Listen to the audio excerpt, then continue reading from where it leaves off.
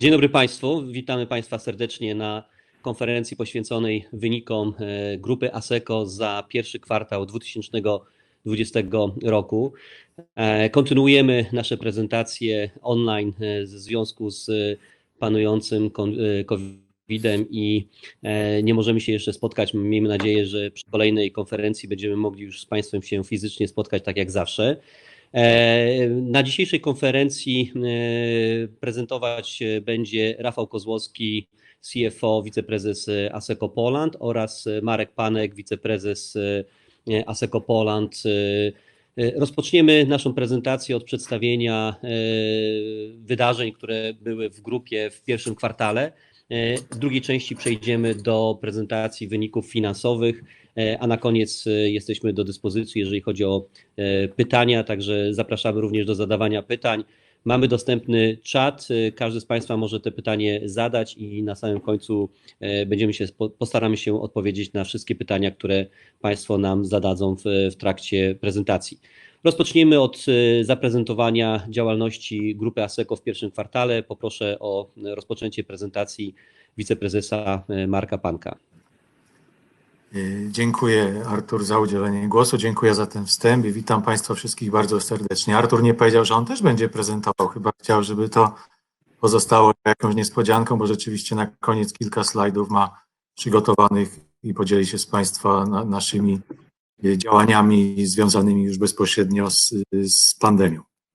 Ja natomiast tradycyjnie przedstawię działalność grupy ASECO w tym pierwszym kwartale 2020 roku. No, niestety bardzo żałuję, że nie możemy być razem z Państwem w jednym pomieszczeniu, patrzeć sobie w oczy, tym bardziej, że przychodzimy z bardzo dobrymi wiadomościami, bo myślę, że już większość z Was przeczytała nasze sprawozdanie, nasz raport i myślę, że podzielacie Państwo zdanie, że rzeczywiście ten pierwszy kwartał w wykonaniu grupy ASECO był bardzo dobry, co potwierdzają wyniki finansowe, wzrost przychodów 19%, wzrost zysku operacyjnego 13%.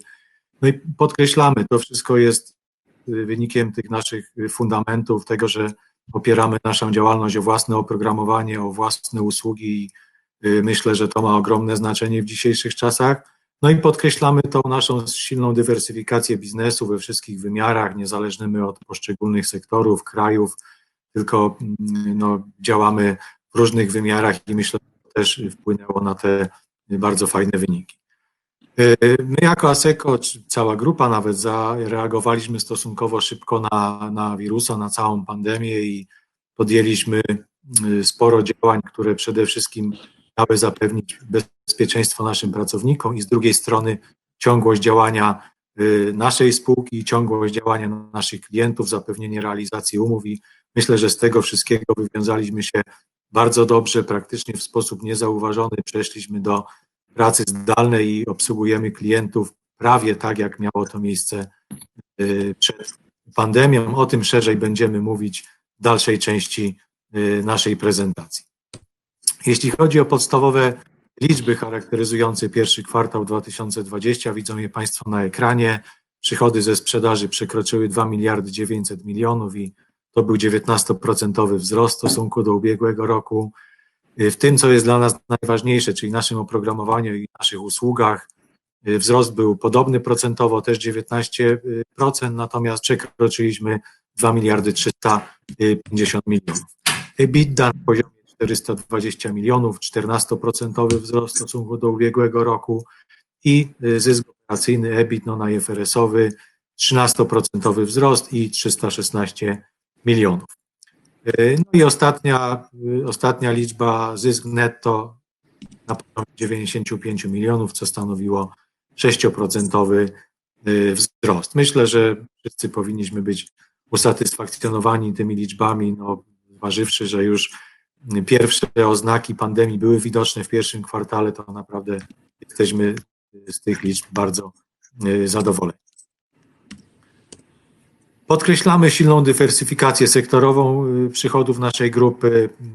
Tak, te przychody rozkładały się na poszczególne sektory, w których działamy, czyli 40% to były przedsiębiorstwa, 36% bankowość i finanse, 24% instytucje publiczne. To widzimy na wykresie kołowym, natomiast na słupkach widzimy, jak te sektory, czy sprzedaż dla tych sektorów rosła w poszczególnych pierwszych kwartałach kolejnych kilku lat i myślę, że tutaj widzimy wszyscy, jak ładnie to rosło. Jeśli chodzi o podział geograficzny naszych przychodów, 10% to są przychody z Polski, można powiedzieć 10% tylko, natomiast no, to jest w dużej mierze dzięki temu, że bardzo dynamicznie rozwijają się nasze działalności na rynkach zagranicznych. Formula Systems stanowi dzisiaj 64% przychodów całej grupy, natomiast ASECO International 26% i znowu na słupkach jak ta sprzedaż zachowywała się w poszczególnych ostatnich kilku latach. Jeśli chodzi o zysk operacyjny, jego rozkład geograficzny, troszeczkę inaczej to wyglądało, czyli przy 10% udziale sprzedaży Polski zysku operacyjnego był 15%, to oznacza, że ta działalność w Polsce jest trochę bardziej rentowna niż przede wszystkim działalność segmentu Formuli, bo tutaj z kolei z 64% udziału sprzedaży 58% zysku operacyjnego pochodzi z tego segmentu, natomiast w ASECO International tutaj ta proporcja jest bardzo podobna i 27% zysku operacyjnego grupy pochodzi właśnie z tej części działalności. No i znowu jak popatrzymy na wykres słupkowy, widzimy jak w ostatnich kilku latach ten rozkład zysku operacyjnego w grupie ASECO miał miejsce. Krótka charakterystyka poszczególnych regionów geograficznych, w których działamy. Zacznę od Polski. Tutaj zanotowaliśmy 3% wzrost, ale myślę, że wymaga to krótkiego komentarza, dlatego że on był nierówny w różnych pionach biznesowych ASECO Poland i naszych spółek działających w Polsce. Zanotowaliśmy wyższe, dużo wyższe, można powiedzieć, przychody z sektora instytucji publicznej, bo ten wzrost był mniej więcej 20%. Również bankowość rosła szybciej niż te 3%. I tutaj mieliśmy nowe kontrakty, umacniamy naszą pozycję rynkową. Natomiast też nie kryjemy tego, że w przedsiębiorstwach mieliśmy spadek sprzedaży, a to miało miejsce, a to było spowodowane przede wszystkim zakończeniem dwóch dużych projektów w telekomunikacji, czyli projektu w Orange'u i projektu prowadzonego z Huawei'em w Polkomtelu. Ja to jeszcze później skomentuję. Natomiast to, co obserwujemy, to jest zwiększone zainteresowanie cyfrowymi rozwiązaniami w związku z COVID-em i to zainteresowanie widzimy nie tylko w ASECO Poland, ale również w innych segmentach naszej grupy. Też o tym będę później mówił, więc teraz tego tematu nie rozwijam. Kolejny segment to jest Formula Systems. Tutaj widzimy bardzo znaczący wzrost, 20% wzrost sprzedaży. Gdybyśmy chcieli go tak zdekomponować, to mniej więcej 1/3 pochodzi ze wzrostu organicznego i tutaj wszystkie spółki Formuli taki wzrost odnotowały. 1/3 to jest efekt akwizycji, które miały miejsce w ubiegłym roku i no, efekt jakby wzrostu sprzedaży widzimy już w pierwszym kwartale tego roku. Natomiast pozostała 1/3 to jest też efekt różnic kursowych, które akurat w tym kwartale zadziałały na naszą korzyść. Formula, podkreślamy, to miała bardzo duże akwizycje w ubiegłym roku. My te akwizycje komentowaliśmy i prezentowaliśmy, pokazując roczne wyniki. No i ta działalność M&A-owa jest kontynuowana również w tym roku. Miały miejsce już pierwsze przejęcia przez Formulę w 2020 roku.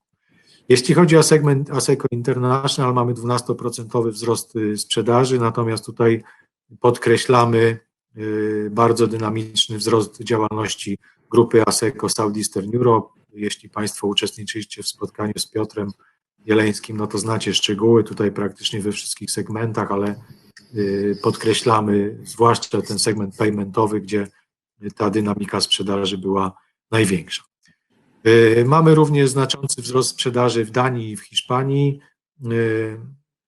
W Danii to jest nasza spółka Peak Consulting, która bardzo dynamiczny wzrost zanotowała na tyle, chociaż to jest spółka bardzo mała, ale ten wzrost był na tyle dynamiczny, że on jest zauważalny w tych 12% wzroście całego segmentu. Natomiast w Hiszpanii mieliśmy do czynienia z taką sytuacją, że bardzo duża sprzedaż tej naszej części dystrybucyjnej, bardzo duża sprzedaż notebooków i iPadów w związku z tym, że klienci masowo przechodzili na pracę zdalną i to tak naprawdę napędziło nam sprzedaż w pierwszym kwartale. No, trochę ten nasz lider tam się chwali, że on przewidział tą sytuację i tak popularnie mówiąc zastokował się, czyli nakupił po prostu tego sprzętu z wyprzedzeniem i rzeczywiście no, miał nosa, można powiedzieć, bo wszystko zostało na pniu, kolokwialnie mówiąc, sprzedane. Jeśli chodzi o poszczególne sektory, w których działamy, to też krótka charakterystyka. Zaczniemy od bankowości i finansów. Na całej grupie widzimy, że ta sprzedaż przekroczyła przekroczyła miliard złotych. To był 11% wzrost w stosunku do pierwszego kwartału 2019. No i największym kontrybutorem do tej sprzedaży była Formula, tutaj ponad 720 milionów i 14% wzrost. Podkreślamy tutaj przede wszystkim udział Sapiensa i Matrixa. Sapiens, można powiedzieć, że praktycznie we wszystkich segmentach, w których działa, urósł. Podkreślają też, i my również za nimi podkreślamy, wzrost sprzedaży w Stanach Zjednoczonych. Tutaj podpisywane nowe kontrakty, realizowane projekty podpisane w tamtym roku. Tutaj można powiedzieć, że działają właściwie tak, jakby się nic nie wydarzyło, chociaż oczywiście to jest praca zdalna, ale oni do tej pracy zdalnej byli już od jakby dłuższego czasu przyzwyczajeni, no bo Sapiens działa bardzo międzynarodowo, centra deweloperskie są w jakiejś części w Indiach, w jakiejś części w Izraelu, wdrożenia prowadzone w Stanach, więc to jest jakby tryb pracy dla nich bardzo naturalny.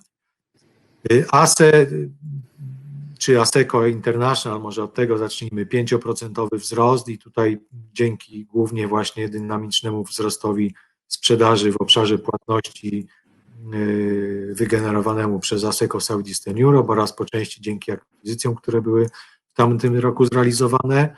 No i Polska 110 milionów przychodów i 5% wzrost, natomiast tutaj myślę, że szerszy komentarz jest potrzebny. My się cieszymy, bo w Polsce mamy bardzo duży udział powtarzalnych przychodów, mamy bardzo dużo średniej i małej wielkości projektów, które równolegle prowadzimy. My tutaj dla przykładu w pionie banków komercyjnych mamy około 200 projektów, które równolegle są prowadzone. One są może średniej i czasem nawet małych rozmiarów, ale jednak stanowią taką masę, która wpływa nam znacząco na wyniki. To, co jest, myślę, że bardzo pozytywne, to nowe kontrakty, które podpisujemy z bankami. No, ostatnio też podpisaliśmy ciekawą umowę z Allegro na system korowy do obsługi ich działalności finansowej. To jest taki nowy pomysł Allegro i cieszymy się, że my zostaliśmy wybrani do realizacji tego projektu. Mamy umowę z jednym z największych biur maklerskich w Polsce. No tutaj nie możemy oficjalnie nazwy podać, ale myślę, że większość z Państwa się domyśla, o kogo chodzi. To też jest taki fajny projekt dla tego naszego i da jakiś taki rozwój dla tego naszego pionu rynku kapitałowego. To, co jeszcze zaznaczę już w tym momencie, a szerzej skomentuję później, to jest ta próba wejścia na rynek niemiecki, o czym przeczytaliśmy we wczorajszym Pulsie Biznesu. To rzeczywiście jest bardzo ciekawy dla nas projekt. Pracowaliśmy nad nim od 2 lat i myślę, że znaleźliśmy partnera, z którym mamy duże szanse, żeby coś na rynku niemieckim zdziałać. Tak jak mówiłem, szerzej skomentuję to troszeczkę później. W sektorze przedsiębiorstw przekroczyliśmy 1,150 milionów sprzedaży i to był bardzo dynamiczny 25% wzrost w stosunku do ubiegłego roku. No, znowu bardzo dużym kontrybutorem i zarazem najszybciej rosnącym jest grupa Formula, o 737 milionów i 30% wzrostu, to naprawdę jest imponujące. Tutaj bierze się na to, czy jest kilka przyczyn tego wzrostu. Po pierwsze, bardzo duża sprzedaż związana z przygotowaniem klientów do pracy zdalnej. Tam no, można powiedzieć, że w momencie jak ogłoszono pandemię i klienci zdali sobie sprawę, że czeka ich zdalna praca, to masowo rzucili się do przede wszystkim tutaj Matrixa po to, żeby dokonać zakupu niezbędnych do tej pracy zdalnej oprzyrządowania, przede wszystkim oprogramowania, czyli Teamsy, Zoom, jeszcze inne rozwiązania tego typu, plus jakieś VPN-y, plus usługi, które pomogły tym klientom jakby taki model pracy zdalnej urzeczywistnić i no to zostało przez Matrixa sprawnie wykorzystane i cieszymy się, bo to zaowocowało dużym wzrostem sprzedaży. No też pamiętajmy o tym efekcie akwizycji zrealizowanych w tamtym roku, no i też pamiętajmy o tych różnicach kursowych, które akurat w przypadku Formuli no, 1/3 tego wzrostu nam dały. Jeśli chodzi o ASECO International, tutaj no 19% wzrostu. Komentowałem już właściwie, co się wydarzyło w Hiszpanii, czyli ta wzmożona sprzedaż sprzętu dla pracy zdalnej klientów. ASE również w segmencie przedsiębiorstw miało znaczący wzrost, chociaż głównie wynikający z infrastruktury i z oprogramowania firm trzecich, czyli z tej działalności, która jest troszeczkę mniej rentowna, no ale oczywiście chętnie ją również realizuje. Polska wymaga komentarza, bo tutaj Państwo widzicie 22% spadek sprzedaży, natomiast tutaj mamy do czynienia z taką sytuacją. Bardzo dobre wyniki w sektorze utilities, czyli no, prowadzimy projekty dla naszych starych klientów i realizujemy 2 duże projekty podpisane w tamtym roku, czyli projekt w Tauronie i projekt w PGNiG. Czyli ta część energetyczna, no można powiedzieć, że miała bardzo dobry kwartał. Natomiast spadki zanotowaliśmy w sektorze telekomunikacyjnym. Zakończyliśmy 2 duże projekty, które jeszcze no, w pierwszym kwartale 2019 były prowadzone, czyli projekt w Orange i projekt w Polkomtelu wspólnie z Huawei'em, gdzie byliśmy podwykonawcą Huawei'a. Natomiast cieszymy się, bo mamy bardzo fajne perspektywy współpracy z grupą cyfrowego Polsatu, przede wszystkim z Polkomtelem. Tutaj podpisaliśmy na koniec pierwszego kwartału umowę, tak no my ją nazywamy umowa pomostowa, ale to jest umowa, która pozwala nam świadczyć usługi, prowadzić projekty do czasu podpisania takich umów szczegółowych i te umowy szczegółowe są w trakcie przygotowania i mam nadzieję, że wkrótce zostaną podpisane, co da nam taką już kilkuletnią perspektywę fajnej współpracy z tym klientem. Jeśli chodzi o sektor instytucji publicznych, tutaj przekroczyliśmy 700 milionów sprzedaży, 23% wzrost, też bardzo dynamiczny. Formula 32% i to jest głównie za sprawą Matrixa i tutaj nie wiem, czy Państwo pamiętacie, my sygnalizowaliśmy też, że Matrix w ubiegłym roku podpisał kilka nowych, znaczących kontraktów w sektorze publicznym, między innymi z Ministerstwem Edukacji, między innymi ze Służbą Zdrowia i to zaowocowało takim wzrostem sprzedaży. No nie zapominajmy o akwizycjach, które Matrix zrobił, nie zapominajmy o różnicach kursowych, to wszystko złożyło się na te bardzo imponujące wzrosty. Jeśli chodzi o ASECO International, wzrost sprzedaży w ASE, to już komentowaliśmy, wzrost sprzedaży w Peak Consulting, no mała spółka, ale bardzo dynamicznie w ostatnim czasie rosnąca i z tego się też cieszymy. Natomiast rynek polski, no widzimy też bardzo ładny 20% wzrost i tutaj znowu przypominam o tym, co miało miejsce w tamtym roku, a mianowicie o dużych wieloletnich kontraktach, które podpisaliśmy, między innymi z NFZ-em, z ZUS-em, z KRUS-em, z ARIMR-em.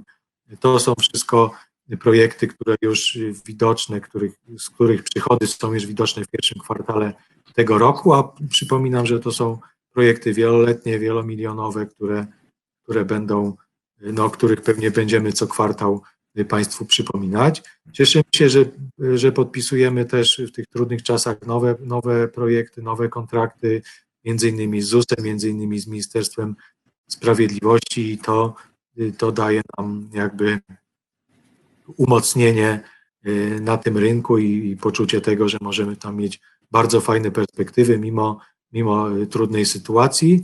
No, podobnie dzieje się w służbie zdrowia i tutaj no, ja podkreślam, że my praktycznie nie zatrzymaliśmy projektów w szpitalach, chociaż szpitale to były miejsca jakby szczególnie narażone na efekty wirusa, miejsca szczególnego ryzyka. Pomimo tego prowadzono tam projekty niejednokrotnie, nawet osobiście nasi wdrożeniowcy w tych miejscach byli, oczywiście z zachowaniem wszelkich standardów bezpieczeństwa. Jeśli chodzi o działalność akwizycyjną, tutaj 3 spółki nowe dołączyły do grupy ASECO w pierwszym kwartale 2021. Spółka pojawiła się w grupie ASECO Southeastern Europe, spółka działająca w obszarze płatności elektronicznych i 2 spółki w grupie Formuli, jedna kupiona przez Sapiensa w Niemczech, taki dostawca technologii dla sektora ubezpieczeniowego, natomiast druga spółka bezpośrednio kupiona przez holding Formula System, działająca w obszarze map lotniczych i zdjęć satelitarnych i generalnie zastosowań takich informatyki w mapach i w zastosowaniach geograficznych. Teraz pozwolę sobie szerzej skomentować to nasze wejście na rynek, na niemiecki rynek bankowy. Oczywiście o wejściu tutaj z projektami jeszcze może za wcześnie jest mówić, chociaż prowadzimy pierwsze rozmowy handlowe. Natomiast my jakby od 2 lat rozmawiamy z taką bardzo dużą, znaczącą niemiecką firmą o nazwie Adesso, firmą zresztą notowaną na giełdzie niemieckiej, firmą, która ma przychody mniej więcej na poziomie 450 milionów euro, czyli firmą nawet jak na warunki niemieckie, bardzo znaczącą i to jest firma, z którą doszliśmy do wniosku, że warto zrobić coś razem w sektorze bankowym. Oni nie mają własnych rozwiązań, własnego oprogramowania dla sektora bankowego, chociaż z wieloma bankami współpracują bardziej w takich projektach dedykowanych, ale też od dłuższego czasu myśleli jakby o tym, żeby również systemy korowe w Niemczech sprzedawać, z tego powodu, że myślą, że to jest właśnie ten moment. Rynek niemiecki to jest taki rynek, gdzie my go znamy, my jakby współpracowaliśmy przez wiele lat z instytucjami bankowymi niemieckimi działającymi w Polsce, no chociażby takimi jak Deutsche Bank, czy jak Volkswagen Bank, czy Mercedes Bank, więc tą kulturę niemiecką dobrze znaliśmy i ona nam bardzo odpowiada.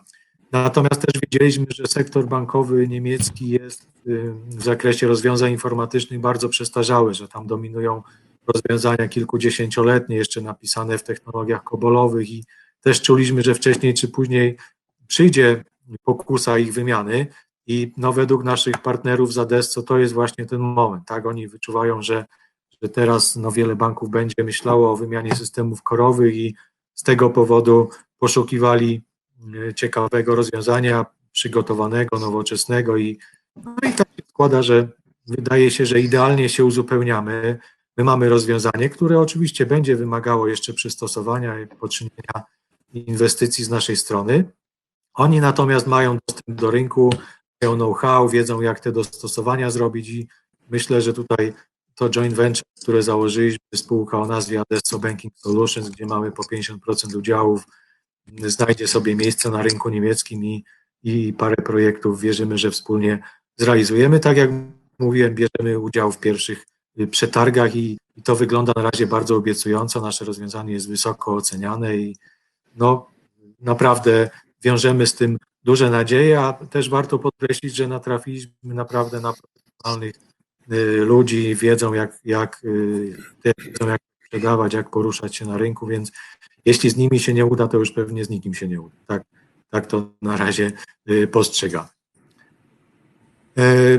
Tutaj podkreślamy rozwój tych naszych obszarów kompetencyjnych, o nich mówimy co kwartał, cieszymy się, że tutaj nic nas nie zatrzymało, że wszystkie obszary się rozwijają, czyli ERP, płatności, ubezpieczenia, czy nawet te nowe, takie jak rozwiązania w chmurze, czy cyber security, które jakby w czasie pandemii nabrały szczególnego znaczenia i cieszą się coraz większą jakby atencją naszych klientów.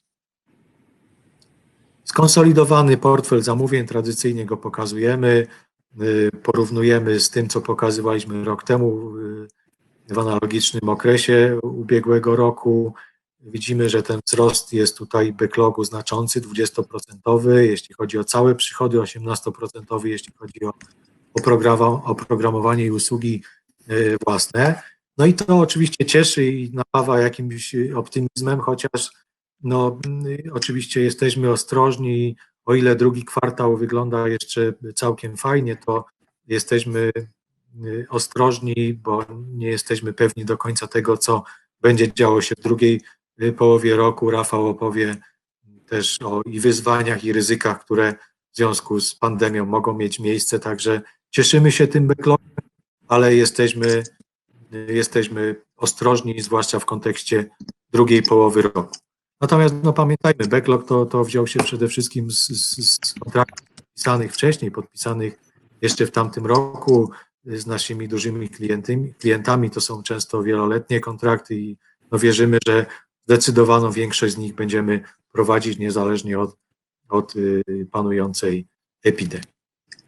No i na koniec slajd związany z dywidendą. Tutaj pozwoliliśmy go sobie przypomnieć z tego powodu, że też dzięki Państwu w dużej mierze została przegłosowana dywidenda na walnym, które miało miejsce w tym tygodniu. Ta dywidenda w kwocie 250 milionów, czyli 3 zł 1 grosz na akcję, będzie wypłacona 17 czerwca. Dniem dywidendy będzie 5 czerwca. No i podkreślamy, że to już do tej pory ponad 2 miliardy 200 dywidend było wypłaconych, no a jeszcze dołożymy te 250 milionów wypłacone w tym roku w czerwcu, także jesteśmy spółką dywidendową. Nie wiem, jak inne spółki się zachowują w tym roku, ale myślę, że jest dużo mniej spółek, które płaci tak sowite dywidendy jak my. Także ja mam wszystko.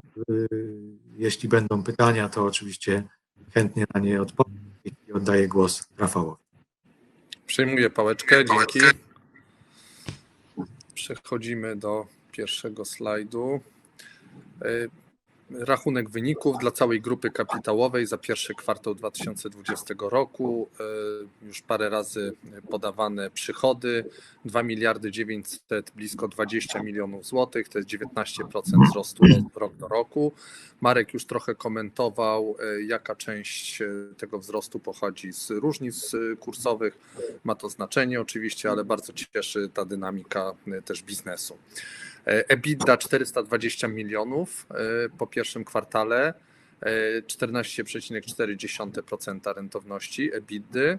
Zysk operacyjny non-IFRS, czyli z wyłączeniem wszystkich tych amortyzacji związanych z przejmowanymi spółkami, to jest 316,4 miliona złotych, 13% wzrost rok do roku.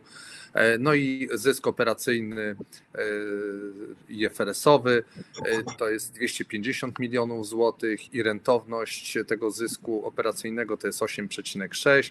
Ona jest nieco mniejsza niż w porównywalnym okresie rok temu, ale nie wyciągałbym tu jeszcze daleko idących wniosków. Myślę, że będziemy mieli szansę popracować nad tą rentownością w kolejnych kwartałach. Kolejny slajd pokazuje uzgodnienie między wynikiem operacyjnym, który widzimy na górze, ten zarówno na IFRS, jak i zysk operacyjny według standardów, a zyskiem netto na samym dole. No i oczywiście duża pozycja to są wyniki na działalności finansowej, a w niej wynik na odsetkach minus 19,6 miliona złotych za pierwszy kwartał, nieco, znaczy zauważalnie wyższe odsetki rok do roku. Transakcje walutowe, tutaj bardzo dobra zmiana w stosunku do poprzedniego okresu. W tamtym roku mieliśmy stratę w tym obszarze, w tym roku mamy dość znaczący zysk, blisko 10 milionów złotych.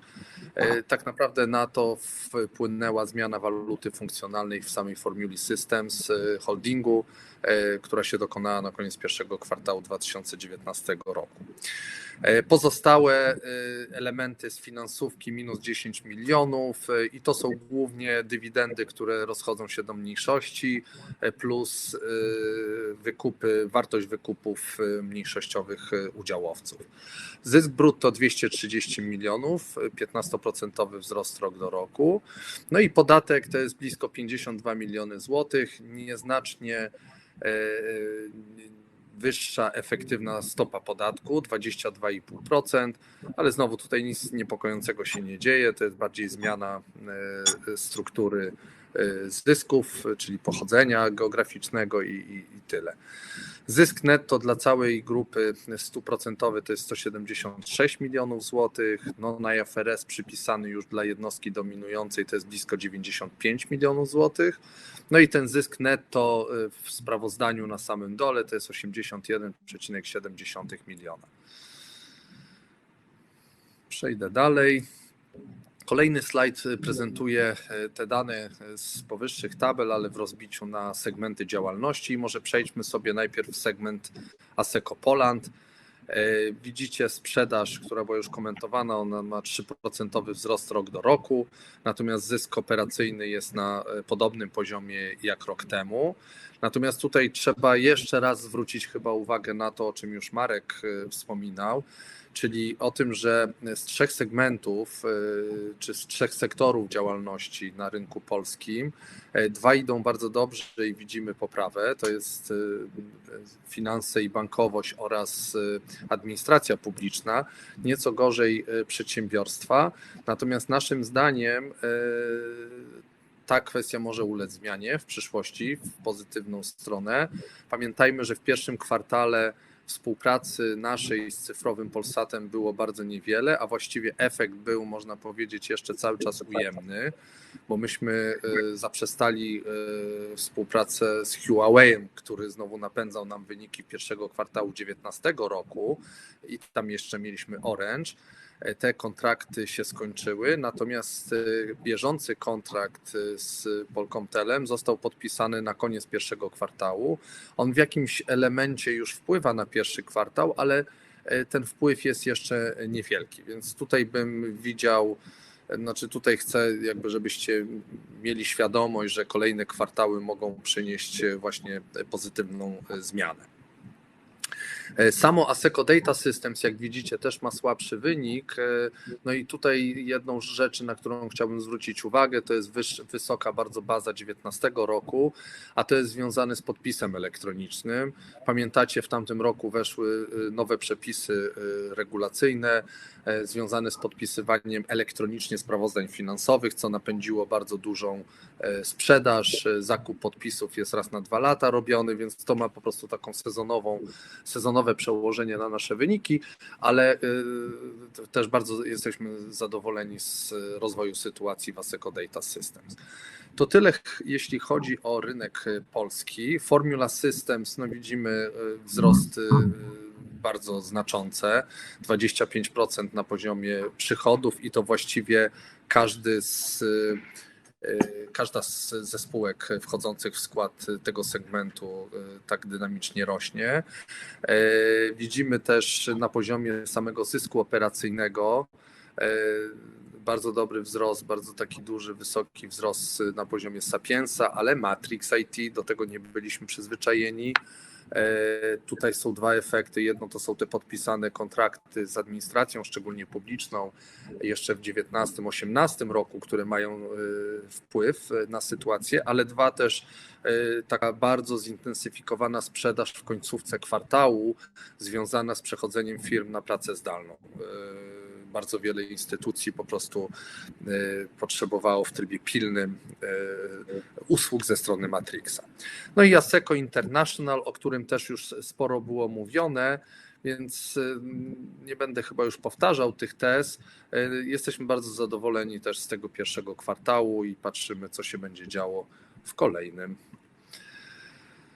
Przechodzę do kolejnego slajdu, jeśli mi się uda. Tutaj chcieliśmy się podzielić informacją na temat generowania środków pieniężnych. Dla całej grupy średnia to jest 78%, które jest widoczne na samym dole po lewej stronie.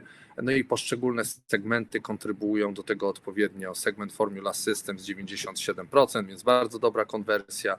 Asseco International nieco słabiej, 36%. To nie jest jakoś bardzo zadowalające, ale z drugiej strony jak się spojrzy na ostatnie 4 kwartały tej konwersji, no to te liczby już zupełnie inaczej wyglądają i są bliżej 100%.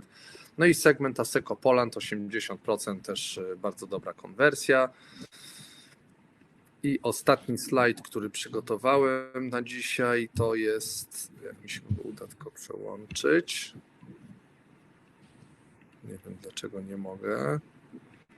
O, tak mi się może uda.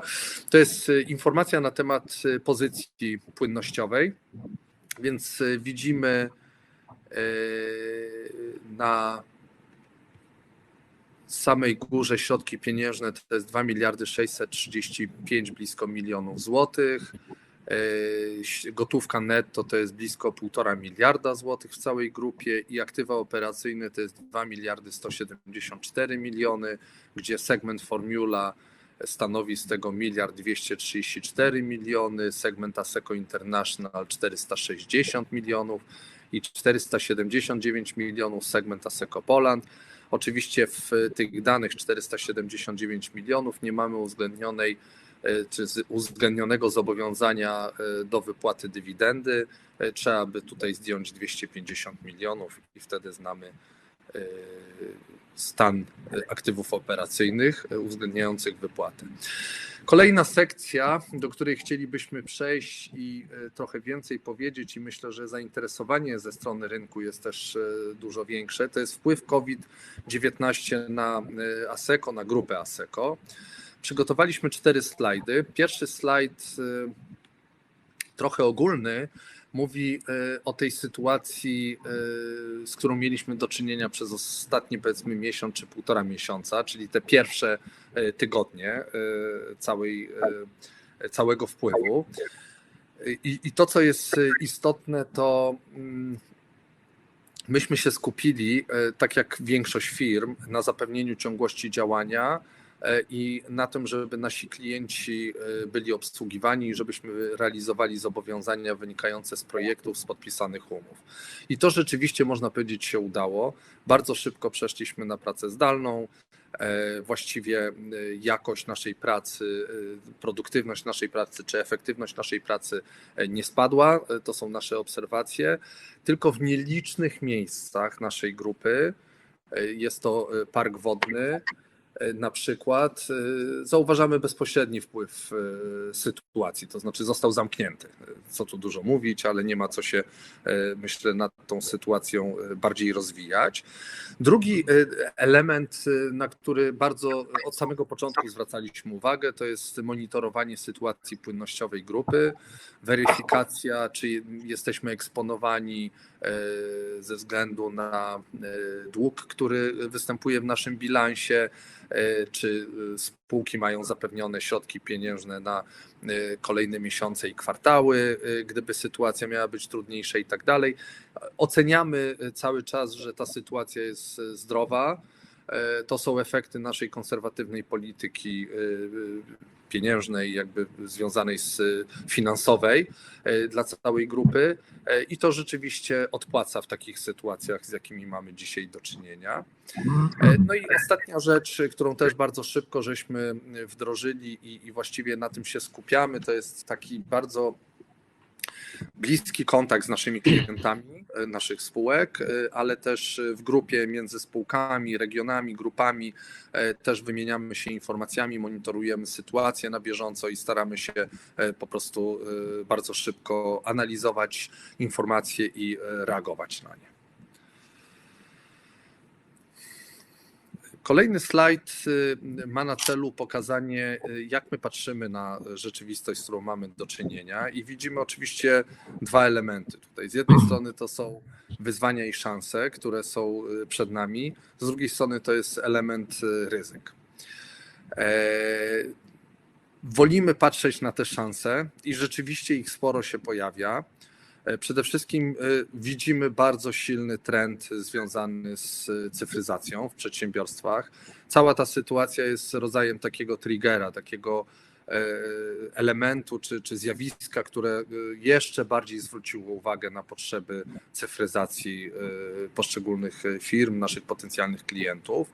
I rzeczywiście jest wiele zapytań w tym obszarze. My staramy się odpowiadać na te zapytania i widzimy tutaj dużą szansę dla naszej grupy. A powiem tylko, że mamy bardzo dużo rozwiązań w tym zakresie. Kolejny element też związany z trendami i jakby z oczekiwaniami rynku, to są kwestie związane ze zdalnym funkcjonowaniem oraz kanałami obsługi klientów. Tutaj także tych rozwiązań w naszej grupie jest sporo i staramy się być partnerem dla naszych klientów. To są niewątpliwie takie gorące tematy, można powiedzieć, i widzimy tu bardzo duże zainteresowanie, wręcz nawet zmienianie zainteresowania ze strony klientów rozwiązaniami, nad którymi pracowali powiedzmy rok temu versus na których się skupiają dzisiaj. I ostatni obszar, ale wcale nie ustępuje znaczeniem tym dwóm poprzednim, to jest obszar przede wszystkim cyberbezpieczeństwa i rozwiązań chmurowych. O co chodzi z tym cyberbezpieczeństwem? Nasza obserwacja tego, co się dzieje na rynku, obserwacja sytuacji w internecie, z którą mamy do czynienia, bo my mamy firmy, które zajmują się bezpieczeństwem, czy pilnowaniem, monitorowaniem bezpieczeństwa w internecie, wskazują, że bardzo się zintensyfikowała działalność nazwijmy to terrorystów, złodziei, nie wiem jakiego określenia właściwego użyć. Natomiast rzeczywiście tej aktywności jest sporo.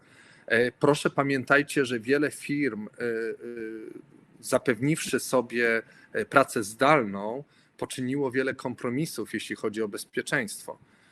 One co prawda były przygotowane w jakiejś mierze do tej pracy zdalnej, ale nie były pozabezpieczane w 100%. I to właśnie ta przestrzeń cyberbezpieczeństwa, ona można powiedzieć jest cały czas taką piętą achillesową. Dla nas to jest jakaś szansa. My mamy tutaj oferty, wiemy jak do tego podchodzić, będziemy starali się pomagać naszym klientom. Rozwiązania chmurowe, no bo rozwiązania chmurowe mają dwie zasadnicze cechy, które pomagają w tej sytuacji. Jedna to jest kwestia bezpieczeństwa danych, dostępu, która jest wbudowana jakby w architekturę chmurową. Ją się po prostu dostaje w ramach otrzymywanych usług. A drugi element to jest taki, że mówimy o też zabezpieczeniu ciągłości działania. Nie mamy ryzyk związanych z wycięciem serwerowni w firmach z powodu na przykład zakażenia całego budynku. Tego typu ryzyka odpadają, bo reżimy bezpieczeństwa dla takich dużych serwerowni, które świadczą usługi chmurowe, są dużo wyższe niż w normalnym standardzie. No, ale to są szanse. Natomiast oczywiście widzimy też sporo ryzyk. Próbujemy ważyć jedne z drugimi, nie jest to proste. No i cóż mamy takiego po stronie tych ryzyk, co nas niepokoi? Przede wszystkim jeszcze dzisiaj tego nie widzimy, ale obawiamy się opóźnień w decyzjach co do rozpoczęcia nowych projektów informatycznych u poszczególnych klientów. Tak jak uważamy, że w tych obszarach wymienionych w szansach przeze mnie klienci się nie zastanawiają i rzeczywiście dość szybko podejmują decyzje, tak w innych obszarach już mogą nie być tacy skorzy za chwilę. I trochę nie wiemy, czego się tu spodziewać, dlatego mówimy jakby w kategoriach ryzyka i o tym dzisiaj już na to wskazujemy. Drugi element jest bardziej taki generalny, związany z płynnością naszych klientów. No widzimy, co się dzieje, jakby wszystkie rządy światowe w tej chwili zajmują się tym, żeby zapewnić tą płynność na rynkach światowych. To są bardzo dobre inicjatywy z naszej perspektywy. Natomiast no, zobaczymy, jaki będzie efekt tej działalności. Jednym z ryzyk, które właśnie poważnie rozważamy, to jest kwestia płynności naszych klientów. Też w różny sposób próbujemy się do tego przygotować. Przede wszystkim bardzo mocno monitorujemy rozwój wypadków. Dzisiaj, tak jak powiedziałem, jeszcze nie obserwujemy problemów płynących z tego kierunku. No i ostatnia rzecz, ale znowu nie mniej ważna, to jest trochę kwestia, jaki wpływ ogólny pandemia, próba ratowania gospodarki światowej, gospodarki poszczególnych krajów będzie miała wpływ na gospodarki krajów, ale też na sytuację budżetową każdego z rządów. I tutaj trochę się obawiamy, zobaczymy. Natomiast pocieszające znowu dla nas jest to, że jak państwo w cokolwiek, czy instytucje, agencje państwowe mają inwestować, to naszym zdaniem będą właśnie inwestowały w cyfryzację, w dostęp do usług przez internet. Tutaj szukamy naszych szans, więc mamy nadzieję, że to ryzyko i zagrożenie będzie mogło być przełożone w pewną szansę dla nas. To chyba tyle, jeśli próbowałbym ująć to wszystko w jednym slajdzie, bo oczywiście tych czynników i tych trendów jest bardzo dużo i trudno jeszcze cały czas powiedzieć, jak to tak średnio będzie wpływać na naszą spółkę. Artur. Ja może dodam do tego, co powiedział Rafał, że każda z naszych spółek oczywiście od razu zaczęła pracować nad przygotowaniem się do zarządzaniem ewentualnym kryzysem związanym z koronawirusem. I również tak na przykładzie Polski tylko pokażemy to, jak my do tego podchodziliśmy, bo często jesteśmy pytani, w jaki sposób takie duże organizacje się przygotowują, w jaki sposób takie duże organizacje reagują na takie sytuacje. My natychmiast powołaliśmy sztab kryzysowy i osoby zajęły się przygotowaniem każdego scenariusza, który może nastąpić. Pamiętamy, że sytuacja z koronawirusem w Polsce to był początek marca. My już pomiędzy 10 a 17 marca podejmowaliśmy decyzję o wysyłaniu pracowników do pracy zdalnej w zależności od pojawiającego się ryzyka i około 17 marca już podjęliśmy, że wszyscy pracownicy nasi będą, ci, którzy mogą pracować zdalnie, i tak doszło do tego, że 95% pracowników mogło dalej funkcjonować bez żadnego problemu poza naszymi biurami. Oczywiście ta część pracowników, która została w biurach, to najczęściej było związane z utrzymaniem infrastruktury, z utrzymaniem serwerów lub ewentualnie z osobami, które musiały pracować u klientów. Także postawiliśmy bardzo szybko na bezpieczeństwo pracowników. I druga rzecz, która była dla nas najważniejsza, to oczywiście zabezpieczenie ciągłości działania naszych klientów, no bo jak wiadomo, nasi klienci to są również istotne instytucje czy firmy, które działają w kraju i w związku z tym też było ważne, żeby utrzymać ciągłość działania dla tych firm. Odwołaliśmy wszystkie spotkania, i konferencje, kongresy i szkolenia, które mieliśmy organizować dla naszych klientów, i przeszliśmy na takie funkcjonowanie online. Dalej to kontynuujemy, tak jak ta konferencja, my prowadzimy cały czas poza normalnymi konferencjami, spotkaniami z klientami, prowadzimy również bardzo dużo szkoleń i te szkolenia również są wykonywane online, ale także wprowadziliśmy wszystkie zabezpieczenia, które były ważne, to co powiedział Rafał, przygotowaliśmy się do działania zdalnego. Tak jak wcześniej nie wszystkie dokumenty przetwarzaliśmy jeszcze cyfrowo, to wdrożyliśmy wszystkie procedury, które umożliwiły nam zwiększenie maksymalne tych procesów, które w tej chwili są u nas cyfrowe. I to się teraz przekłada również na wsparcie dla klientów, bo klienci również tego oczekują. Ale nie tylko przygotowanie i nie tylko działania związane z zapewnieniem ciągłości i obsługą klientów, ale również włączyliśmy się aktywnie w pomoc związaną z sytuacją, która miała w związku z pandemią. I od razu na samym początku przeznaczyliśmy na ten cel 1 000 000 złotych, ponieważ najbardziej potrzebujące były instytucje sektora opieki zdrowotnej. Krzysztof Grojecki, który jest wiceprezesem odpowiedzialnym za ten sektor i bardzo blisko współpracuje ze szpitalami, z NFZ-em, z Ministerstwem Zdrowia, zaczął pracować blisko z tymi osobami pod względem również tej pomocy. I nie tylko przeznaczyliśmy na to fundusze, żeby pomagać i kupować środki, które były niezbędne i ważne dla działania szpitali, ale również rozpoczęliśmy też przygotowania systemów, które miały wspierać sytuację związaną z pandemią. Między innymi bardzo szybko do systemu eWUŚ dodaliśmy informacje na temat osób, które są na kwarantannie, ale też wprowadziliśmy takie udogodnienia i takie funkcjonalności do systemów, które umożliwiały obsługę pacjentów w placówkach medycznych.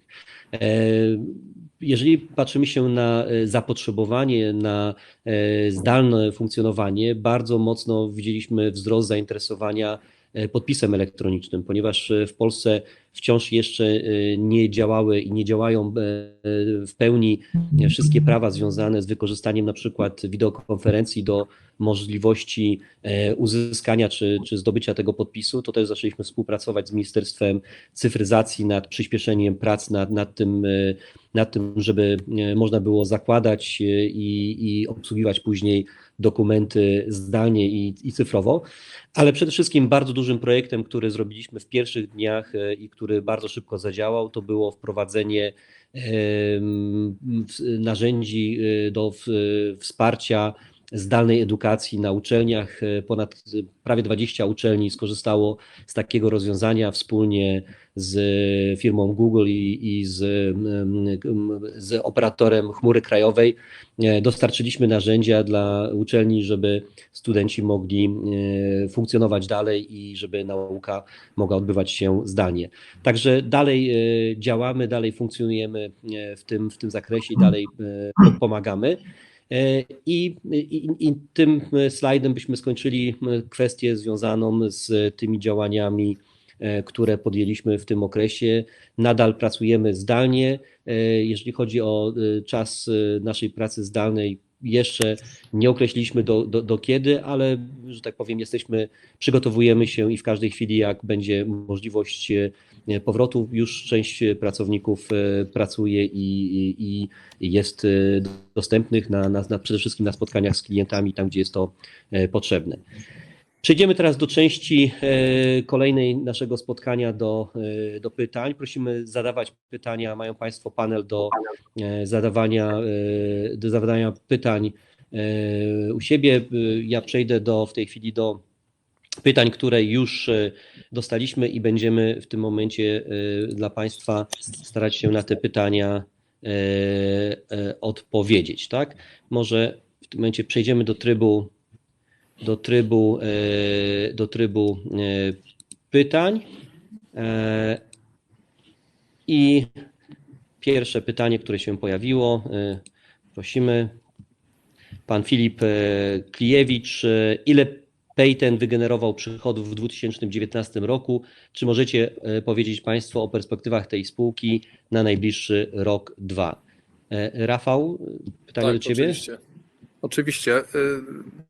Kwota to jest 70, przychodów w 2019. Proszę mi dać sekundkę. Myślałem, że chodziło o pierwszy kwartał. Może Rafał szukaj, a ja skomentuję może ten aspekt biznesowy, bo Payten to jest spółka, w którą my bardzo mocno wierzymy. To jest takie dziecko, można powiedzieć, Piotra Jeleńskiego i to pytanie, myślę, że jakbyście Państwo jemu zadali, to on był w stanie dużo szerzej odpowiedzieć. Natomiast ta spółka ma bardzo fajne perspektywy, zwłaszcza w tym czasie, kiedy obserwujemy znaczący wzrost płatności przez internet. Tam część biznesu jest właśnie oparta o jakby liczbę transakcji, więc myślę, że to właśnie też jest jedna z przyczyn, dlaczego ta spółka tak rośnie, bo tam przychody mieliśmy w pierwszym kwartale tak znacząco wyższe niż w ubiegłym roku. Ten wzrost, o ile pamiętam, był nawet 40%, więc to pokazuje, że ten biznes się rozwija bardzo mocno. Przypominam też, że my postanowiliśmy w pewnym momencie, że wszystkie aktywa, które są w ASECO związane z tym biznesem, przeniesiemy właśnie do spółki Payten i tutaj dobrym przykładem jest hiszpańska spółka Necomplus, którą w ubiegłym roku, czy już nawet 2 lata temu przenieśliśmy właśnie do ASECO Southeastern Europe, czyli do Paytena. Ten biznes to nie są tylko płatności internetowe. Przypominam, że pod hasłem Payten my też rozumiemy to wszystko, co jest związane z bankomatami, to wszystko, co jest związane z POS-ami, no i przede wszystkim właśnie z płatnościami internetowymi. No, naprawdę wierzymy, że to jest spółka o bardzo dużych perspektywach, dlatego postanowiliśmy ją wydzielić. Też robimy akwizycje, nawet w tym kwartale, w pierwszym kwartale tego roku zrobiliśmy kolejną akwizycję, która wzmacnia Payten właśnie na rynku bałkańskim. Także to wszystko wydaje się idzie w dobrym kierunku. Rafał, sprawdziłeś te przychody? Tak, oczywiście. 368 milionów w całym 2019 roku. I to już jest taka, no, można powiedzieć, znacząca i widoczna skala biznesu. Dobrze, przechodzimy do kolejnego pytania. Czy Panów zdaniem polska służba zdrowia już po epidemii będzie miała mniej czy więcej środków na inwestycje? Adam Zajler. No, trudno tutaj się jednoznacznie odnieść, no bo nie my jesteśmy dysponentami tych środków, ale myślę, że służba zdrowia, tak jak i inne sektory, segmenty, czy administracji publicznej, czy w ogóle gospodarki, no, musi inwestować i te pieniądze po prostu, one się muszą znajdować w tych sektorach i na to liczymy. Ta pandemia pokazuje pewne elementy, które są znowu wymagają doinwestowania po stronie służby zdrowia, choćby taka praca z pacjentami w sposób zdalny. Do tej pory ona była szczątkowa właściwie, tutaj mamy nadzieję, że to się będzie rozwijać, ale definitywnie tu wydaje nam się, że zdrowie zawsze jest bardzo ważnym fragmentem funkcjonowania każdego państwa i tutaj się nie powinno wiele zmienić, a być może zmieni się na lepsze. A dodatkowo jeszcze możemy dodać, że widzimy, że te wdrożenia informatyki, bo się by wydawało, że informatyka ona najbardziej jest widoczna wtedy, kiedy używamy urządzeń do monitoringu zdrowia i tak dalej. Natomiast cała obsługa szpitali, cała obsługa placówek medycznych za pomocą informatyki nie tylko usprawnia działanie tych szpitali, ale również wpływa na bardzo dobrze na rozliczenia i widzimy, że cały proces cyfryzacji tych procesów w szpitalach bardzo pomaga. W związku z tym kwestia, czy szpitale będą miały więcej środków, natomiast jeżeli chodzi o potrzeby, tak, te potrzeby wciąż są i one rosną. Przechodzimy do kolejnego pytania. Mateusz Pawłowski. Przepraszam, będziesz czytał, dobra. Dobrze. Czy możecie Państwo powiedzieć coś więcej, czego oczekujecie od współpracy z Adesso na rynku niemieckim? Kiedy mogłyby się pojawić pierwsze kontrakty w tym roku? Jak będzie wyglądała ich realizacja? Która firma będzie liderem projektów? Jakie będzie zaangażowanie finansowe ze strony ASECO w najbliższych kwartałach? Ja oczywiście podejmę tutaj się odpowiedzi na to pytanie. Ja widzę od razu drugie pytanie też związane z Adesso, więc może jakby szerzej ten temat potraktuję i postaram się na obydwa od razu odpowiedzieć. Proszę Państwa, no, sytuacja jest taka, poznaliśmy naprawdę bardzo profesjonalny zespół ze strony niemieckiej. Jak my wielokrotnie podkreślaliśmy, ludzie w tym naszym biznesie są najważniejsi. Gdyby nie to, że jakby widzimy wartość w tych ludziach, widzimy jak oni się zachowują, jak profesjonalnie podchodzą do tego, co robią, jak zachowują się w negocjacjach, bo naprawdę można powiedzieć, że my w sposób bardzo fair opisaliśmy warunki współpracy, warunki działania i tutaj no nie mamy wątpliwości, że od tej strony nie będzie problemów. Mamy oczywiście ryzyko rynku, my musimy tam zrealizować pierwsze sprzedaże i też podoba nam się takie pragmatyczne podejście tych Niemców do tego zagadnienia. Mamy pierwszych klientów, ale też staramy się selekcjonować. Nie idziemy, bo mamy wśród tych potencjalnych klientów, mamy też małe banki, czy bardzo małe banki, ale nie chcemy na pierwszym etapie się po to schylać, chociaż może by to było nawet łatwiejsze, ale wiemy, że potrzebujemy takiej fajnej pierwszej referencji, która też będzie znacząca pod względem finansowym po to, żeby jednak jakieś przychody z tego były potrzebne na ten rozruch, na rozwój, nawet na właśnie prace związane z dostosowaniem czy sfinansowaniem tych inwestycji, które poniesiemy w związku z dostosowaniem systemu. Także to pragmatyczne podejście bardzo nam odpowiada. Podkreślamy i to mieliśmy na każdym rynku. No, najtrudniejsze jest zdobycie pierwszej referencji. My musimy mieć trochę szczęścia, musimy trafić na właściwego klienta, bo też wiemy, że będziemy jakby troszeczkę w boju rozpoznawać pewne tematy, ile rzeczy nie przewidzieliśmy być może na starcie, więc to będą trudne projekty, ale wierzymy, że z tym zespołem, który jest z jednej strony bardzo profesjonalny i bardzo taki zaangażowany w to, co chcemy razem zrobić, a z drugiej strony wierzymy, że ma wiedzę i ma możliwości, żeby nam tam pomagać i no, jakoś tak pozytywnie nastawieni jesteśmy, że tam odniesiemy sukces. Czy pierwsze kontrakty w tym roku się pojawią? Nie potrafię tego powiedzieć. Bierzemy udział w kilku postępowaniach, z czego jedno jest takie zaawansowane i na razie wierzymy, że to może być ta pierwsza referencja. Czy ona się wydarzy? No nie potrafię powiedzieć. Mamy tam oczywiście konkurencję i będziemy w tym wyścigu konkurencyjnym uczestniczyć.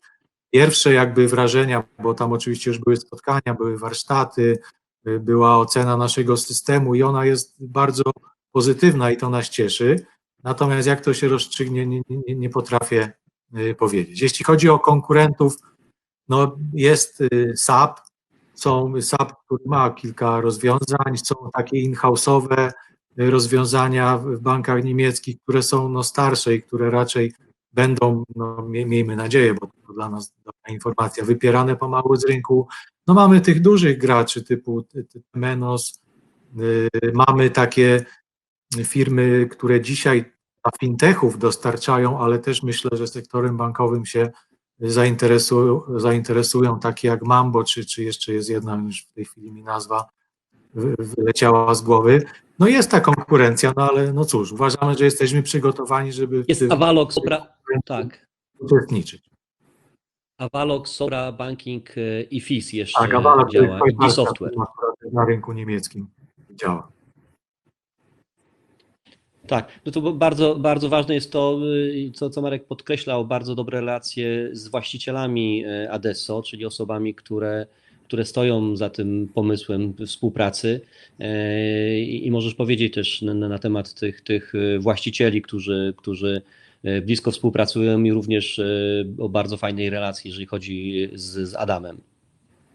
Tak, to prawda, no my tam, no akurat ja miałem okazję być z Adamem na spotkaniu z tym głównym właścicielem, bardzo sympatyczny człowiek, myślę, że też no, panowie się polubili, taka kultura, która nam odpowiada, bardzo takie zdrowe podejście do biznesu, bardzo pragmatyczne i no, już to zdanie padło tutaj, ale jeszcze raz powiem, że wydaje nam się, że jak z nimi nie osiągniemy sukcesu, to znaczy, że to no, nie było po prostu możliwe. Przechodzimy do kolejnego pytania. Jakiego wpływu współpracy z cyfrowym Polsatem na wynik spodziewacie się w całym 2020-2021 roku? Paweł Szpigal. To może ja. Pozytywnego. A trochę rozwijając moją wypowiedź, słuchajcie, nie podajemy informacji szczegółowych dotyczących współpracy z poszczególnymi klientami. To są takie informacje, nazwijmy, wrażliwe. Natomiast jeszcze raz powiem, jak wygląda, bo kolejne pytanie. Może przełącz, Artur, poproszę już na kolejne pytanie i połączę po prostu wypowiedź. Jakie prace są wykonywane w ramach umowy wstępnej z CPS? Jak przebiegają negocjacje właściwej umowy i kiedy planowane jest jej podpisanie? Więc tak jak powiedziałem, myśmy w pierwszym kwartale skupiliśmy się na tym, żeby powstała rzeczywiście umowa między nami, która pozwoli nam zacząć pracę. Myśmy nazwali tą umową pomostową, czyli to jest taka umowa, która na kilka najbliższych miesięcy reguluje zasady współpracy. Myśmy zaczęli pracę nad systemami, które są zamawiane przez Polkomtel, natomiast te prace będą trwały oczywiście dużo dłużej i tak naprawdę nie będzie czegoś takiego jak jedna duża umowa, najprawdopodobniej nie będzie, tylko raczej mówimy tutaj o kilku umowach szczegółowych, które będą precyzyjnie określały, co jest do wykonania, w jakim terminie, na jakich zasadach i oczywiście za jakie pieniądze. I na to liczymy. Więc ja ucieknę trochę od odpowiedzi, ile się należy spodziewać w 2020-2021 roku z tytułu tej współpracy, ale dlatego, może jeszcze przede wszystkim dlatego, że my się skupiamy na tym, żeby rzeczywiście dogadać się z cyfrowym czy z Polkomtelem, co ma być zrobione, i chcemy jak najszybciej zacząć to robić i chcemy, żeby klient był zadowolony z tego, co robimy. Natomiast przychody, efekty, one przyjdą same za tą pracą i na to liczymy. Na razie to wszystko bardzo dobrze wygląda. Jeszcze raz powtórzę, pierwszy kwartał podpisaliśmy na koniec umowę pomostową. W tej chwili pracujemy nad doszczegółowieniem tych umów szczegółowych i pewnie z czasem będziemy też update'ować Państwa, jak już będziemy podpisywać te umowy. Artur, ty zarządzasz pytaniami, pokażesz nam kolejne?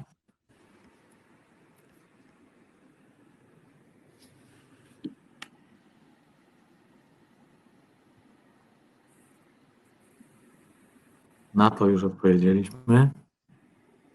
Dev 3000, to ja spróbuję odpowiedzieć, czyli tak, no my mamy sporo referencji naszego systemu korowego w Polsce i tutaj no myślę, że jesteśmy niekwestionowanym liderem.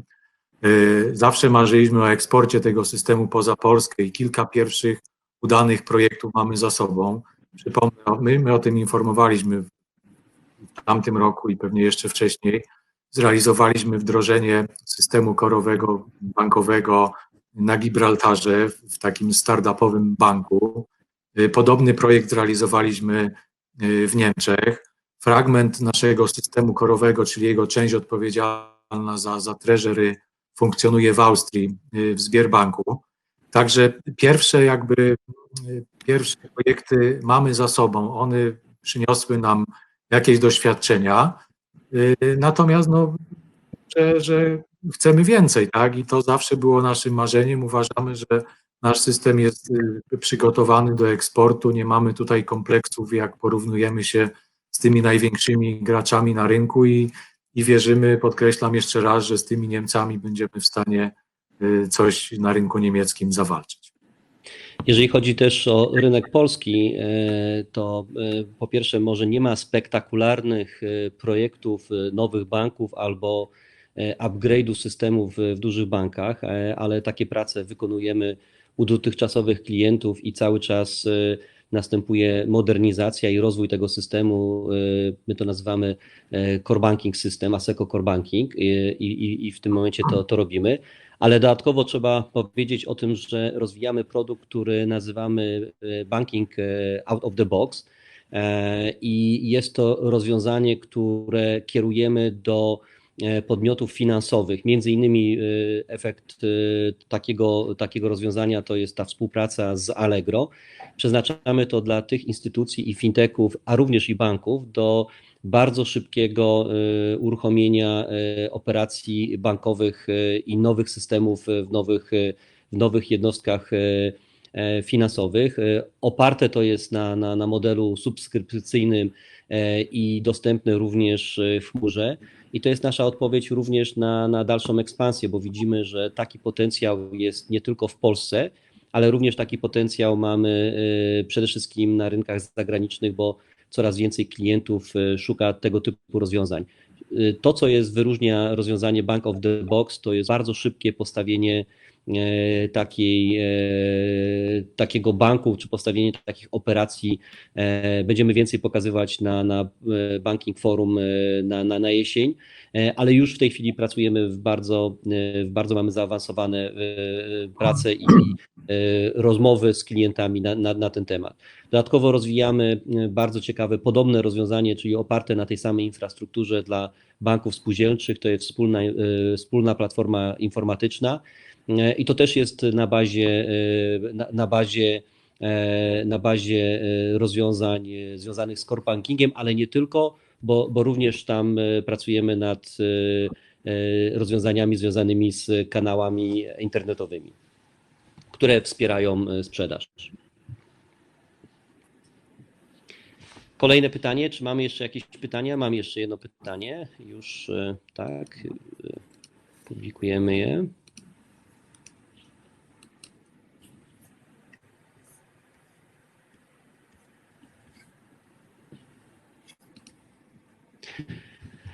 Dynamika backlog podana w marcu przy okazji wyników za 2019 wynosiła 22%, total oraz 18%, wyłączając wpływy walut.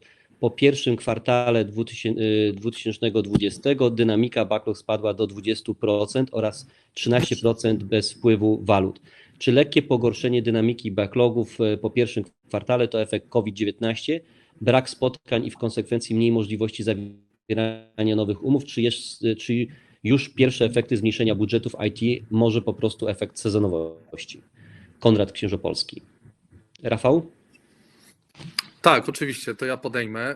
No, bardzo szczegółowe pytanie, natomiast trochę odpowiedź będzie bardziej ogólna, bo ja bym już nie bawił się w takie weryfikowanie tej dynamiki co do dokładnie procentu, bo to rzeczywiście trochę zależy od tego, kiedy my mierzymy dokładnie ten backlog, w którym momencie i tutaj ta sezonowość może mieć wpływ. Więc raczej bym w dłuższym horyzoncie na to popatrzył. Zobaczył, co się dzieje po drugim kwartale, po trzecim. To, co my staramy się bardzo jasno komunikować, oczywiście cała sytuacja COVID-u ma wpływ na naszą firmę, na naszą grupę. Natomiast dzisiaj jeszcze nie można powiedzieć tak jednoznacznie, czy on jest pozytywny, czy negatywny. Tak jak mówiliśmy w jednym ze slajdów, my mamy bardzo dużo pozytywnych rzeczy, takich szans, które widzimy i one się przekuwają w ogóle już w żywe kontrakty. Są też ryzyka i zagrożenia. Bardziej patrzymy na kwestię backlogu, że to jest bardzo dobra podstawa do kolejnych kwartałów. Przy połączeniu z taką zdrową sytuacją płynnościową i gotówkową wydaje nam się, że w miarę jesteśmy dobrze przygotowani na te kolejne kwartały. Zrobimy wszystko, żeby przekuwać szanse w projekty i skutecznie skończone wdrożenia.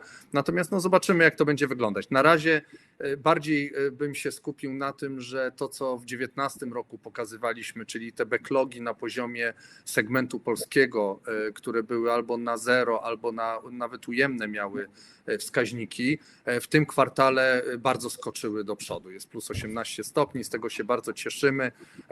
O tym trochę informowaliśmy w tej drugiej połowie 2019 roku. No i widzimy efekty tego właśnie w postaci takich liczb na przyszłość. Dziękuję. Kolejne pytanie. Radosław Łukaszczuk.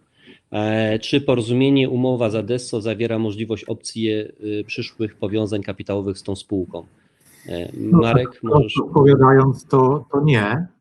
I takiego tematu, można powiedzieć, nie było. My oczywiście, jak byliśmy z Adamem na spotkaniu z tym głównym właścicielem, to rozmawialiśmy i prezentowaliśmy jakby naszą politykę w zakresie budowy grupy, ale rozmów na temat jakichś powiązań kapitałowych nie było. My na ten moment chcemy się skupić na współpracy w ściśle określonym sektorze, koncentrujemy się na bankowości i wierzymy, że tam osiągniemy sukces. Nigdy nie mówimy nigdy oczywiście, ale na razie takich pomysłów, można powiedzieć, nie ma. Dziękuję. Kolejne pytanie, również od Radosława Łukaszczuka. Jaki jest udział przychodów sektora defense w grupie ASECO? Jakie ASECO ma kompetencje w tym zakresie i jaką widzą dla Państwa siebie szanse i perspektywy sprzedaży rozwiązań dla tego sektora? Startowali lub startują Państwo w przetargach na dostawy BMS czy mikrodronów dla armii? Ja może zacznę od tej drugiej części, bo Rafał pewnie może sprawdzić reguły, jeśli chodzi o liczby. Natomiast my te kompetencje związane z sektorem defense mamy w kilku miejscach w grupie. Największe i najbardziej dojrzałe to są zdecydowanie kompetencje znajdujące się w Izraelu, bo tam mamy dwie spółki co najmniej, które się tym bardzo mocno zajmują, czyli część Matrixa, czy Matrix, można wprost powiedzieć, i spółka TSG. Matrix ma klienta bardzo znaczącego w postaci Ministerstwa Obrony Izraela i prowadzi dla niego szereg projektów. Niektóre to nawet nie potrafi tak tajne, na tyle tajne, że nawet CEO Matrixa ma zakaz wstępu do pomieszczeń, w których się odbywają takie prace. I to rzeczywiście tak jest, bo byliśmy świadkiem tego, zresztą tam nam o tym mówił, że on nawet nie chce wiedzieć, co tam się dzieje. Natomiast część to są takie projekty, które pod szyldem command control można jakby zawrzeć, czy pod szyldem ochrony granic, bo takie rozwiązania również w Matrixie są. Kolejną spółką, która się tym zajmuje, jest TSG i tutaj też sporo jest ciekawych rozwiązań, na tyle ciekawych, że są eksportowane, bo TSG akurat ma kilka projektów w Azerbejdżanie i w Kazachstanie i jeszcze pewnie w paru innych krajach gdzieś tam na Dalekim Wschodzie. Także tam naprawdę mamy ludzi, którzy mają największe kompetencje. My w ASECO Poland również mamy mały zespół, który zajmuje się sektorem defense. Pamiętajmy, że my od lat współpracujemy z NATO, czy z tą agendą NATO o nazwie Frontex, realizując tam głównie takie projekty na zamówienie. Niemniej jednak mamy wiedzę i kompetencje na temat tego, co tam się dzieje. Nie potrafię odpowiedzieć, czy my w tych konkretnych tutaj przetargach startowaliśmy. Na pewno jeśli chodzi o drony, mamy kompetencje takie, no drony. Startowali. Tak, startowaliśmy. Tak, startowaliśmy. Ja właśnie wejdę Ci w słowo, Marek, bo ja nie podam tutaj jednej kwoty. Myślę, że proszę o kontakt mailowy po spotkaniu. My nie zbieramy takiego sektora pojedynczego defense, więc ja bardziej właśnie pozbieram informacje z tych spółek, które tym się zajmują, jakie one przychody pokazują i mogę to udostępnić. W Polsce, tak jak Marek mówi, to jest dla nas bardzo interesujący obszar, jesteśmy bardzo dobrze przygotowani, mamy dużo takich prototypów wyprodukowanych, natomiast cały czas brakuje rzeczywiście zamówień z polskiej armii, takich stabilnych, w których moglibyśmy się wykazać, trochę na to czekamy. Od iluś lat właściwie rozmawia się o różnych systemach związanych z zarządzaniem polem bitwy, dostępem do informacji, analizą obrazową i tak dalej. We wszystkich tych obszarach mamy nawet swoje tu polskie rozwiązania, nie musimy sięgać po te izraelskie, no ale dużo zależy od tego, czy będą po prostu te zamówienia. No i pamiętajmy, że jest również cyber defense, czyli tutaj mamy jakby dedykowaną spółkę do tego, spółkę o nazwie Comcet, która dołączyła do nas w zeszłym roku, która specjalizuje się właśnie w rozwiązaniach cyber defense i cyber security. Tam postanowiliśmy te kompetencje rozwijać. To było ostatnie pytanie, które dostaliśmy od Państwa. No, niestety nie będziemy mieli rozmów kuluarowych w takich warunkach, ale zapraszamy Państwa oczywiście do kontaktu z nami, do kontaktu z Rafałem, do kontaktu z Markiem i ze mną. Oczywiście w każdej chwili Joanna Paczkowska-Tatomir jest dla Państwa do dyspozycji i w każdej sytuacji, gdyby Państwo mieli jakiekolwiek pytania dotyczące naszej działalności i związane z naszą spółką, to prosimy się kontaktować, zawsze jesteśmy do Państwa dyspozycji. Bardzo dziękujemy za udział w dzisiejszej konferencji. Już zapraszamy Państwa na kolejną konferencję. Zobaczymy, czy nadal one będą jeszcze tylko wirtualne, czy już będziemy mogli się z Państwem spotkać. Ale bardzo dziękujemy za tak duży udział i za tyle osób, które poświęciło ten czas na nasze spotkanie i zapraszamy już na kolejne wyniki za drugi kwartał. Dziękujemy bardzo i do zobaczenia.